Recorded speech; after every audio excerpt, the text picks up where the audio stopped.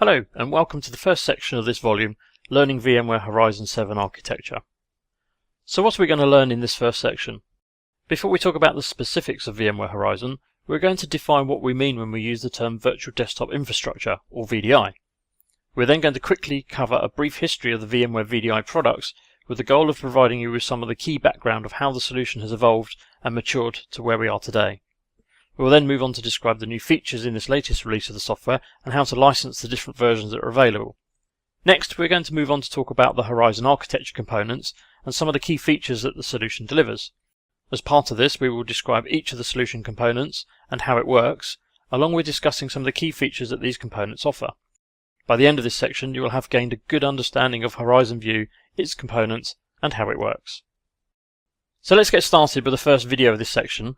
In this video, we're going to introduce you to Virtual Desktop Infrastructure, how it works, and some of the benefits of deploying the solution.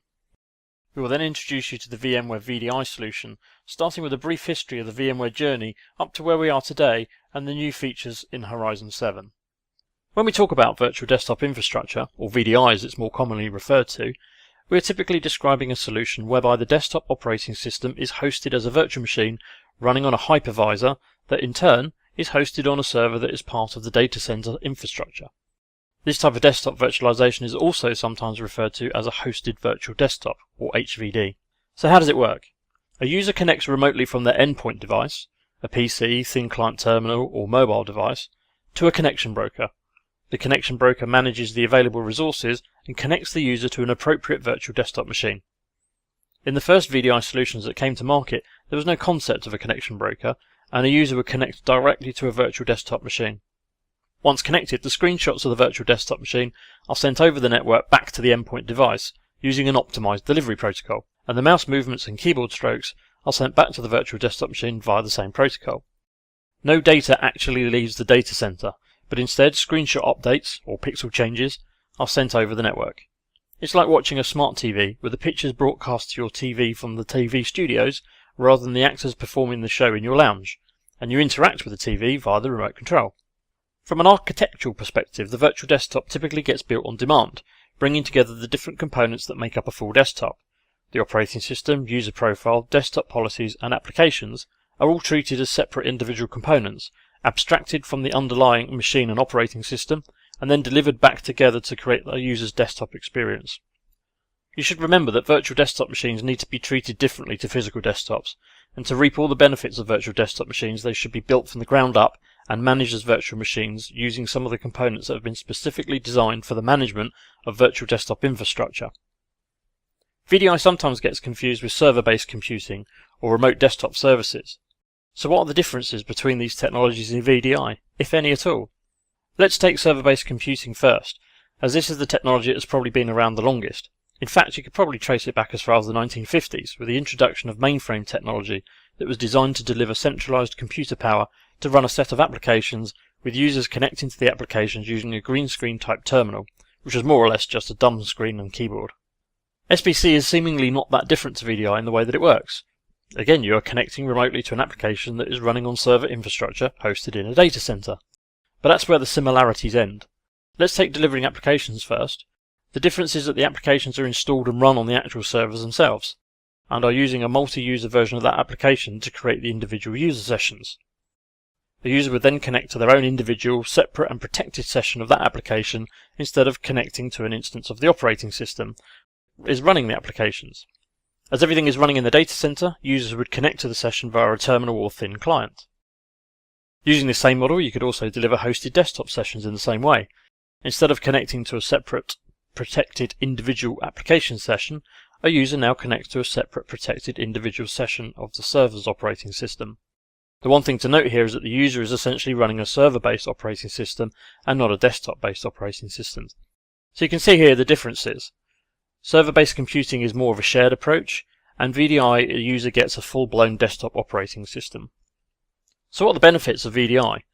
By virtualizing your end-user desktop estate into a centrally managed service, you can deliver real benefits not only to IT admins, but also to your end users. So if you look at security and compliance, no data actually leaves the data center unless the IT department has specifically configured a policy to allow it, such as the ability to connect to a USB drive. All that gets transmitted to the client devices are the screenshots of the virtual desktop, the keyboard and mouse interactions which are sent back to the virtual desktop. As I said before, it's like having a remote control for your desktop. So if you have centralized desktops, that equates to centralized management. Now that the desktops are virtualized and hosted in the data center, it is much easier to perform tasks such as updating and patching an operating system or installing new applications.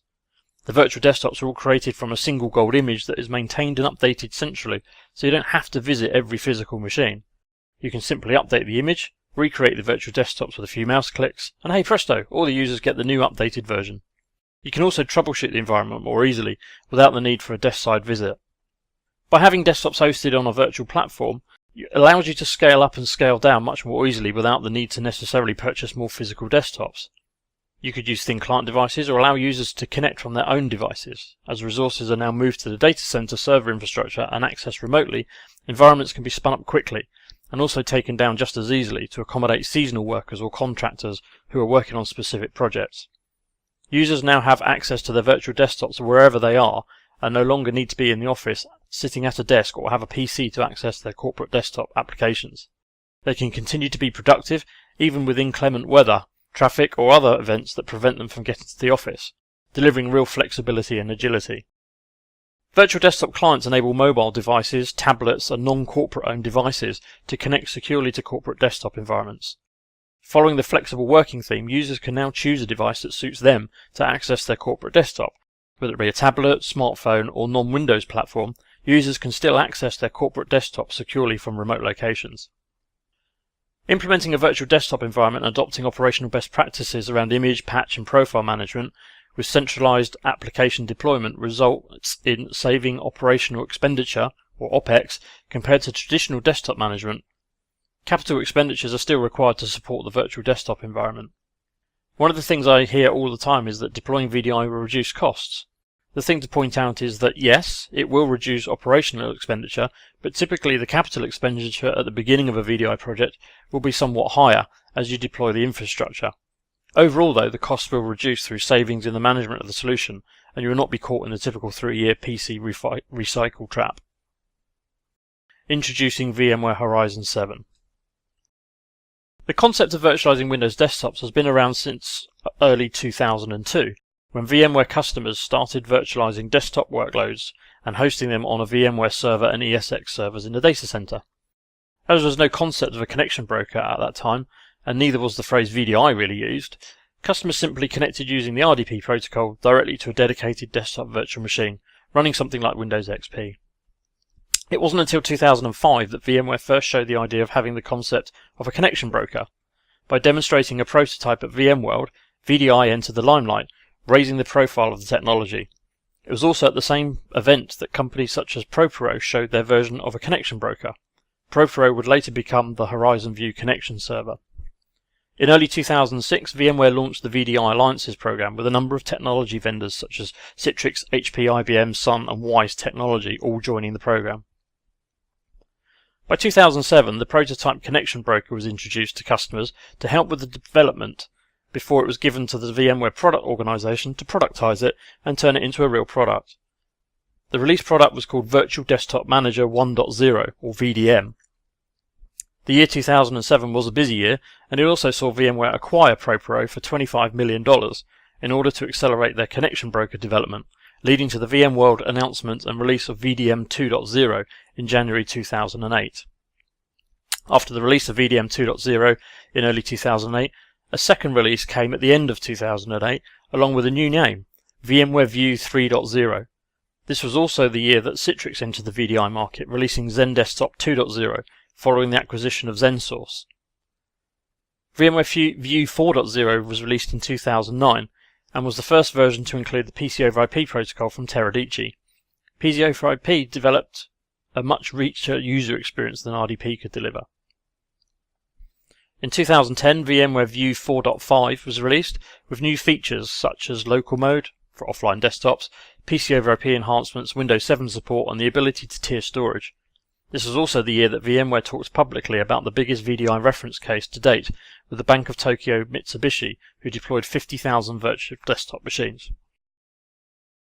The following year, 2011, VMware View 4.6 was released, with two notable new features. First was the iPad client, which allows a user to connect to their virtual desktop session on an iPad using the PC over IP protocol. The second new feature was the PC over IP secure gateway function for the View security server, which allows users to connect to their virtual desktop without needing to have a VPN connection. Later the same year, View 5.0 was released, with more new features aimed at improving the end-user experience. The key one being the introduction of persona management, which allowed a user's profile to be independent from the virtual desktop. When a user logs in via the same profile to any virtual desktop, their profile is delivered on demand. View 5.0 also introduced 3D graphics support using the latest vSphere 5.0 platform, as well as some major enhancements to PC over IP. Although only a point release in May 2012, View 5.1 had a number of significant enhancements, especially around storage, with the introduction of the View Storage Accelerator, View Composer Array integration, and the ability to scale the hosting infrastructure up to a 32-node cluster when you use NFS storage. This version also added Radius two-factor authentication, improved USB, standalone View Composer, and the ability to support profile migration from XP to 7, as well as from physical desktops to virtual desktops, all using persona management. In March 2013, View 5.2 was released, and to bring it in line with VMware's launch of the brand launch of Horizon, which was launched at the same time, it was renamed to Horizon 5.2. In this release, there were a number of new features based on end-user experiences, such as support for unified communications with Microsoft Lync 2013, hardware-accelerated graphics with Virtual Shared Graphics Acceleration, or VSGA, and Windows 8 support. One of the biggest updates came in the form of a feature pack that allowed a user to access their desktop in an HTML5 browser using the VMware Blast protocol. Second release, later in 2013, Horizon View 5.3, saw the introduction of Virtual Dedicated Graphics Acceleration, or VDGA, which allowed a virtual desktop to have dedicated access to a GPU in the host server. It's also the first release to support Windows Server 2008 R2 as the virtual desktop machine, meaning you could skin the operating system of the server OS to look like a desktop. The main reason to do this was that there was no Service Provider License Agreement, or SPLA, for Windows 7, so the license agreement doesn't allow you to deploy Windows 7 as a virtual desktop until you purchase a Microsoft VDA license. In this model, you don't require a VDA license. The other advantage is that Windows Server 2008 Data Center Edition allows you to have unlimited virtual machines. It's licensed on a per CPU model. It's worth noting that we are running the Windows Server operating system as a replacement for the desktop operating system and not as a desktop session.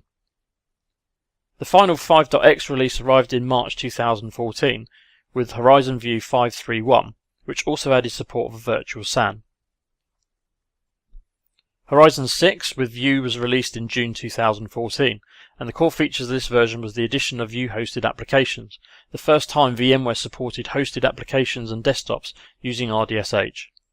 View 6 also introduced the CloudPod architecture, which gives the ability to span View infrastructure across multiple data centers.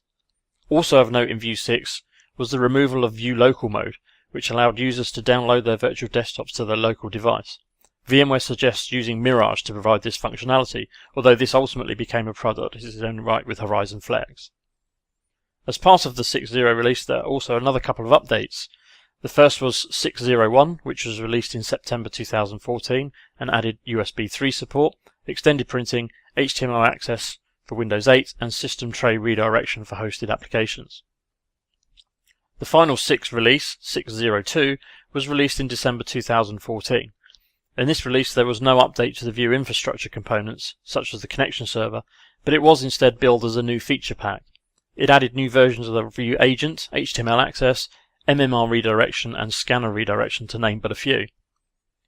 Support for NVIDIA Grid vGPU was the biggest of the new features in View 6.1, which was released in March 2015.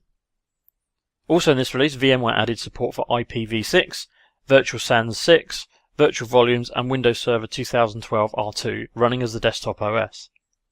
In June 2015, the final 6.1 release, 6.1.1, was launched, adding features such as client drive redirection, support for Linux desktops, MMR for RDS desktops, and HTML support for hosted applications.